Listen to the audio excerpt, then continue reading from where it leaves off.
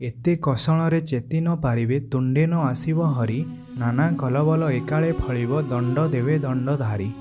तो नमस्ते दोस्तों, आप सभी को रहस्यमय उड़ीसा यूट्यूब चैनल पर स्वागत करते हैं। इस कथा को पूरा सुनने के लिए आप हमारे साथ वीडियो के अंत तक जुड़े रहिए।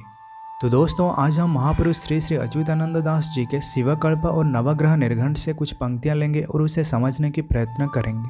तो दोस्तों, हमने आपको पहले भी कहा है और आज भी कहते हैं कि हम जो कुछ भी बोलते हैं सब कुछ मालिका से बोलते हैं। एक भी शब्द हम अपने मन से नहीं बोलते। इसीलिए तो हम आपको वीडियो में बुक का पेज नंबर भी दिखाते हैं और सब क्या क्या लिखा हुआ है वो भी दिखाते हैं।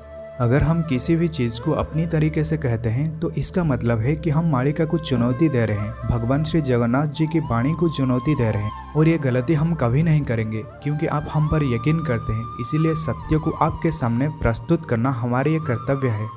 तो दोस्तों, अब हम चलते हैं मालिका के ऊपर। महापुरुष कहते हैं, एते कषणरे चेती न पारिबे तुंडे न आसिब हरि नाना कलबल एकाले फलिब दंड देवे दंडधारी।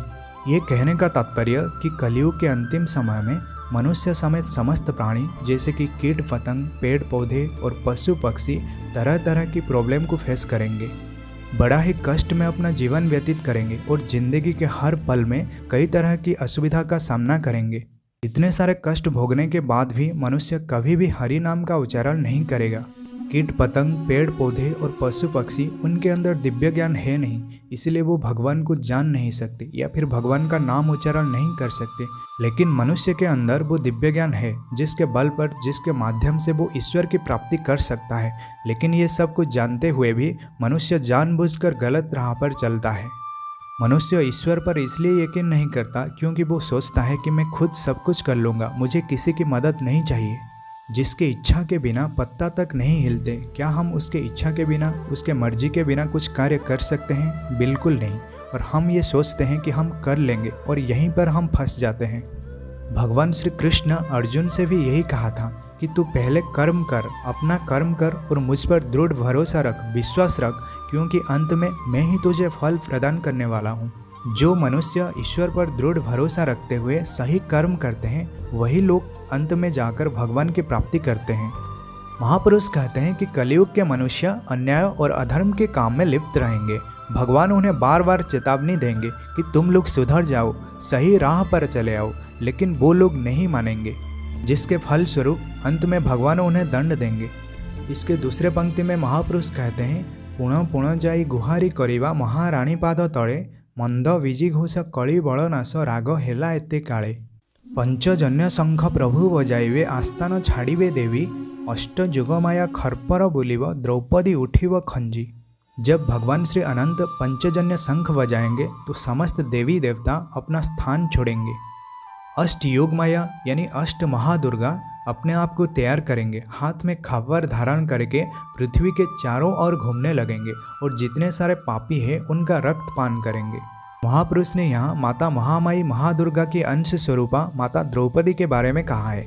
द्वापर युग से माता द्रौपदी खपर लेकर बैठी हुई है।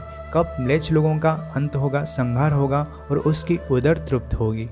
इसके दूसरे पंक्ति में महापुरुष कहते हैं, साकल्य दीपरे जन्म ताहार महाभयंकर रड़ी नवकोटि जुग्नि संगे गुड़ाइबे पृथ्वी को देवे धाड़ी। माता द्रौपदी का जन्म हुआ है साकल्य द्वीप में और समय आने पर माता अपनी महाभयंकर रूप धारण करेगी। उनके साथ होंगे नवकोटि यानी 9 करोड़ युग्नि बल और वो सारे पृथ्वी में फैल जाएंगे। तो दोस्तों, आने वाला समय अष्ट योग माया यानी अष्ट महादुर्गा का समय है। इसीलिए हम आपको वीडियो में बार बार कहते हैं कि आप माताओं के शरण में चले जाइए, क्योंकि उनके पास वो क्षमता है, वो शक्ति है कि वो आपको और आपके परिवार को सुरक्षित रख सकते हैं। जिस पर माँ की आशीर्वाद हो, माँ की कृपा हो, दुनिया का किसी भी शक्ति, चाहे वो कितना बड़ा शक्ति क्यों ना हो, उसका कुछ भी नहीं कर सकता, क्योंकि माँ खुद शक्ति का प्रतीक होती है। जब स्वयं श्री नारायण इसी धरती में अवतरित होते हैं, धरती में जन्म लेते हैं, तो वो भी अपने साथ माता योग माया को लेकर आते हैं, क्योंकि उन्हें भी पता है कि माता योग माया के बिना वो कुछ नहीं कर पाएंगे। तो दोस्तों, आज का इसी वीडियो में बस इतना ही है। अगर आपका कुछ क्वेरी हो तो आप हमें कमेंट सेक्शन में अवश्य पूछिए। तो दोस्तों, आप सभी को जय जगन्नाथ, जय पंचसखा, जय उड़ीसा, जय भारत।